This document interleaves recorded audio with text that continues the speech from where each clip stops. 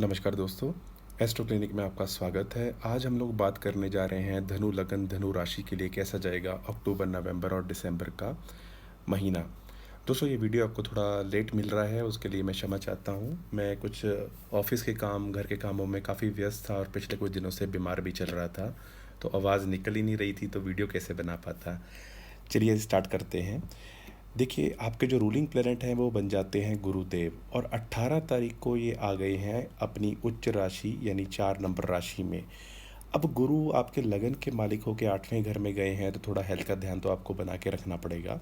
9 नवंबर को ये वक्री हो जाएंगे, यानी पिछले तरफ चलते हुए दिखाई देंगे, और वक्री चाल में ही ये रहेंगे 10 मार्च 2026 तक।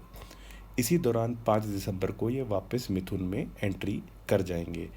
यानी आप ऐसा कह सकते हैं कि फर्स्ट वीक ऑफ दिसंबर तक थोड़ा सा हेल्थ पे ध्यान बना के रखिएगा।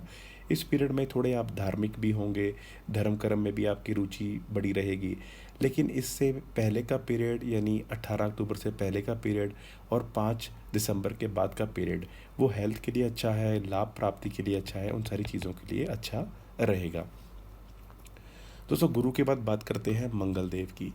अब मंगल देव जो हैं, ये महीना जब स्टार्ट हुआ है अक्टूबर का, तो वो 11th हाउस में थे, अच्छी स्थिति में थे। 27 अक्टूबर को ये अपनी ही राशि वृश्चिक में चले जाएंगे और आ जाएंगे विपरीत राजयोग में, और धनु में जाएंगे ये 7 दिसंबर को।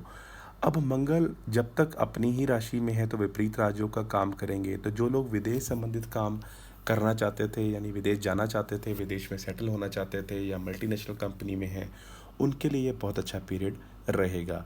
अदरवाइज़ 27 अक्टूबर से लेके 7 दिसंबर तक संतान से आपकी फ़िज़िकल, मेंटल, इमोशनल दूरी हो सकती है। यानी संतान हो सकता है बाहर पढ़ने के लिए जाए, कोई ट्यूशन फ़ीस पे आप उनके खर्च करो, ऐसी स्थिति बन सकती है।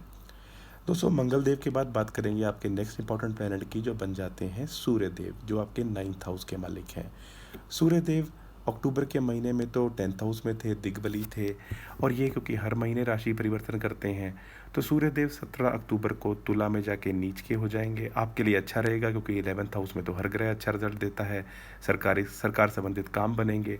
और फिर 16 तारीख यानी 16 नवंबर को वृश्चिक में चले जाएंगे, तो वहाँ जॉब में आपके कुछ चेंजेस, विदेश में जाके नौकरी लगना, तबादला हो जाना, ऐसी स्थिति बनेगी। और 15 दिसंबर को ये भी धनु में आ जाएंगे, तो वहाँ से स्थितियाँ फिर से आपके लिए फेवरेबल हो जाएंगी। यानी इन 3 महीने में नौकरी करने वाले जो लोग सरकार से जुड़ के काम कर रहे हैं, उनके कुछ चेंजेस होते हुए दिखाई दे रहे हैं। जो चेंजेस होंगे वो आपके लिए अच्छे ही रहेंगे। सूर्य जब भी 12th हाउस में जाते हैं तो कोई सरकारी दंड, चालान या कोई इनकम टैक्स का मामला, कोई ऐसा खर्चा भी करवाते हैं, तो आप उसके लिए थोड़ा ध्यान रखिएगा। दोस्तों बात करते हैं बुध देव की। बुध देव बहुत फास्ट राशि परिवर्तन करते हैं। 24 तारीख को ये अभी यहाँ से चलते हुए वृश्चिक में आ गए हैं, 24 अक्टूबर को, और इसके बाद ये वक्री होंगे 9 नवंबर को, 29 नवंबर तक वक्री रहेंगे। तो वक्री काल में ही वापस तुला में आएंगे 23 नवंबर को, और फिर से वृश्चिक में जाएंगे 6 दिसंबर को, और महीने के एंड दिसंबर 28 को धनु में चले जाएंगे। अब क्योंकि आपके ये 2 केंद्रों के मालिक हैं और इनका 12वें घर से गोचर है, तो कुछ चेंजेस आपके बिजनेस में या नौकरी में ये दर्शाते हैं।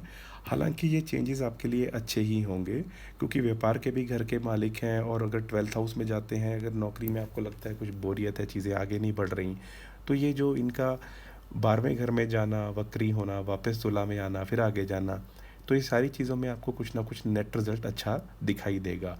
ओवरऑल अगर देखा जाए तो 6 दिसंबर को ये वृश्चिक में आएंगे, और 28 दिसंबर को धनु में। यानी साल के एंड में आपको कोई अच्छी न्यूज़ या कोई अच्छी बिजनेस में, कोई नौकरी में आपको प्राप्त हो सकती है। दोस्तों अब बुध देव के बाद आगे बढ़ेंगे और बात करेंगे आपके नेक्स्ट इंपॉर्टेंट प्लेनेट की, जो बन जाते हैं शुक्रदेव। शुक्रदेव आपके 11th हाउस के मालिक हैं, छठे घर के मालिक हैं। इस कुंडली में कारक तो नहीं होते, लेकिन महीना स्टार्ट होने पे ये आपके 9th हाउस से गोचर करते हुए कन्या में गए हैं 9 अक्टूबर को, फिर तुला यानी अपनी ही राशि में आएंगे 2 तारीख को, और 26 तारीख को वृश्चिक में जाएंगे, विपरीत राजयोग में आएंगे, और 19 दिसंबर को धनु में आ जाएंगे। अब ये सारा जो गोचर है शुक्र का, क्योंकि शुक्र को तो 12th हाउस में भी राजयोग कारक माना जाता है, और 11th हाउस में तो ये अपने ही घर में है, तो शुक्र आपके कोई इच्छाओं की पूर्ति करने का काम करवाएंगे। कोई आपका अपार्टमेंट बुक कराने की इच्छा थी, घर के डेकोरेशन की कोई इच्छा थी, कोई भी ऐसी इच्छा आपकी थी जो आप बहुत समय से मन में लेके घूम रहे थे, तो उसको ये अच्छा करवाते हुए दिखाई देंगे।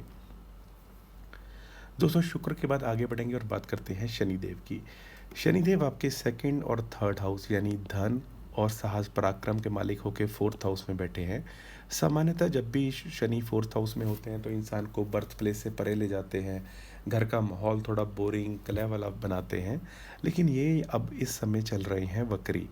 और वक्री चाल का मतलब ये है कि आप पीछे जाके इवेलुएट करोगे कि घर में मैंने क्या अच्छा किया, क्या अच्छा नहीं किया। और 27 नवंबर तक ये वक्री ही रहेंगे। अब शनि जब मार्गी होंगे 27 नवंबर को, तो वहाँ से चीज़ें आपके लिए थोड़ी बेटर होंगी, धन आगमन के स्तोत्र बढ़ेंगे। धन जो आएगा वो हो सकता है आप प्रॉपर्टी में या किसी चीज़ में इन्वेस्ट करो, भूमि संबंधित काम भी आप अपने बनते हुए दिखाई आपको देंगे। तो इन सारी चीज़ों के लिए शनि का गोचर आपके लिए अच्छा ही कहा जाएगा। दोस्तों, राहु केतु की बात करें। अब राहु जो हैं वो इस पूरे कार्यकाल में आपके थर्ड हाउस में गोचर कर रहे हैं, तो ये बहुत अच्छी स्थिति में है। जो लोग कम्युनिकेशन में हैं, मार्केटिंग में हैं, मीडिया में हैं, प्रिंट मीडिया में हैं, जर्नलिज्म में हैं, उन सब के लिए राहु बहुत अच्छा रिजल्ट देंगे। और केतु अपनी सम राशि यानी सिंह राशि में है, तो यदा कदा थोड़ा सा धर्म से आपको जोड़ के रखेंगे, तो थोड़े धर्म की तरफ आप आगे बढ़ते रहेंगे तो आपके लिए चीज़ें ज़्यादा अच्छी ही रहेंगी। ओवरऑल दोस्तों, 3 महीने के गोचर में आपको अपनी हेल्थ का ध्यान रखना है, स्पेशली जब गुरु आपके 8th हाउस से ट्रांजिट करेंगे। और ये पीरियड जैसा मैंने आपको बताया रहेगा 5 दिसंबर तक। तो 5 दिसंबर तक अपनी हेल्थ का थोड़ा ध्यान बना के रखें। थोड़ा धर्म वर्म में आपकी रुचि बढ़ेगी तो वो सारी चीज़ें अच्छी हैं, पैसे के मामले में अच्छा है, प्रॉपर्टी के लिए अच्छा है। वहीं नौकरी में आपके चेंजेस होते हुए दिखाई दे रहे हैं। और जैसे साल ख़त्म होगा तो वहाँ से चीज़ें आपकी बेटर होंगी और बिजनेस का भी यही स्थिति रहेगी। संतान पक्ष की उन्नति होना या बाहर जाके विदेश में उनका कुछ पढ़ाई के लिए पैसा खर्च होना, आपका खुद विदेश में जाके कुछ काम बनाना, ये सारी चीज़ें आपकी होती हुई दिखाई दे रही हैं। उपाय के तौर पे आप राम रक्षा स्तोत्र करें, ये आपके गुरु को बल देगा। अगर हेल्थ संबंधित कोई प्रॉब्लम है तो आप विष्णु सहस्त्र नाम भी कर सकते हैं। इसके अलावा हनुमान चालीसा करना, सूर्यदेव को जल चढ़ाना, आदित्य हृदय स्तोत्र, गायत्री मंत्र, ये करेंगे तो ये तीनों महीने आपके लिए और अच्छे निकल जाएंगे। दोस्तों, ये मैंने अभी नए फॉर्मेट में वीडियो बनाने शुरू किए हैं कि 3 महीने का मैं एक साथ आपको फलादेश दे देता हूँ। समय नहीं मिलने के कारण मैं आपको महीने के वीडियो नहीं दे पा रहा। आप नए फॉर्मेट पे कमेंट करके ज़रूर बताइएगा कि आपको कैसा लगा। आज के लिए इतना ही। आपका बहुत बहुत आभार।